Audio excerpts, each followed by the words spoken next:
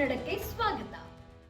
ರಾಯಚೂರು ಜಿಲ್ಲೆಯ ಮುದಗಲ್ ಪಟ್ಟಣದಲ್ಲಿ 2024-25ನೇ ಸಾಲಿನ ಸಾರ್ವಜನಿಕ ಗ್ರಂಥಾಲಯ ಇಲಾಖೆಯ ಎಸ್ಸಿಪಿ ಮತ್ತು ಟಿಎಸ್ಪಿಯ ಅನುದಾನದಡಿಯಲ್ಲಿ 20 ಲಕ್ಷ ರೂಪಾಯಿ ವೆಚ್ಚದಲ್ಲಿ ನಿರ್ಮಿಸಲಾದ ಅಲೆಮಾರಿ ಗ್ರಂಥಾಲಯ ನೂತನ ಕಟ್ಟಡವನ್ನು ಲಿಂಗಸಗೂರು ಶಾಸಕ ಮಾನಪ್ಪ ವಜ್ಜಲ್ ಮಂಗಳವಾರ ಉದ್ಘಾಟನೆ ಮಾಡಿದರು.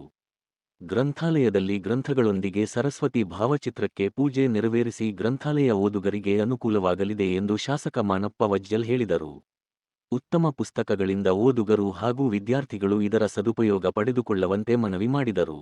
ಈ ಸಂದರ್ಭದಲ್ಲಿ ಮುಖಂಡರಾದ ಗಿರಿಮಲ್ಲನಗೌಡ ಕರಡಕಲ್, ನಾಗಭೂಷಣ, ಅಯ್ಯಪ್ಪ ಮಾಳೂರು, ಪರಶುರಾಮ ಕೆಂಭಾವಿ, ಸಣ್ಣ ಸಿದ್ದಯ್ಯ, ಮಲ್ಲಿಕಾರ್ಜುನ ಮಾಟೂರು, ಮಲ್ಲಪ್ಪ ಹೂಗಾರ, ಮಂಜುನಾಥ ನಂದವಾಡಗಿ, ಚಂದಾವಲಿಸಾಬ್ ಜಂಗ್ಲಿ, ಕಾಂತಕುಮಾರ್ ಪತ್ತಾರ, ಅಮೀನ್ ಅರಗಂಜಿ, ಫಕೀರಪ್ಪ ಕುರಿ, ಗದ್ದೆಪ್ಪ ಜಕ್ಕೆರುಮಡು, ಗ್ರಂಥಾಲಯದ ಅಧಿಕಾರಿಗಳಾದ ಸಿದ್ಧಾರ್ಥ ಭಾವಿಕಟ್ಟಿ, ನರಸರೆಡ್ಡಿ, ಸೋಮಶೇಖರ್ ಯಲವಾರ, ಬಸರೆಡ್ಡಪ್ಪ, ಜ್ಞಾನಪ್ಪ ದಫೇದಾರ ಸೇರಿದಂತೆ ಅನೇಕರು ಇದ್ದರು. Bureau report Vikas news Kannada.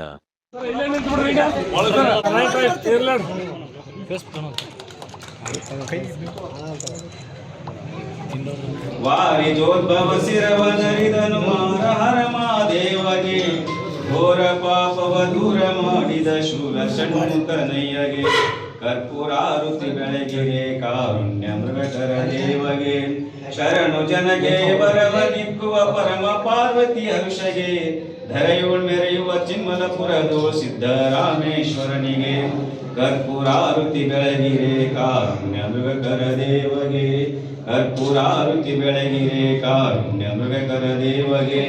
Mandara kundan ಪಾರಿಜಾತ ಮತ್ತಾವನ ನಿರತದಲ್ಲಿ ನಾನಾ ವಿಧ ಪುಷ್ಪಾಂಜಲಿ ಪುಷ್ಪಪತಿ. ಜಯ ಮಂಗಲಂ ಜಯ ನಮ ಪಾರ್ವತೀಶ್ವರ ಮಹಾದೇವ.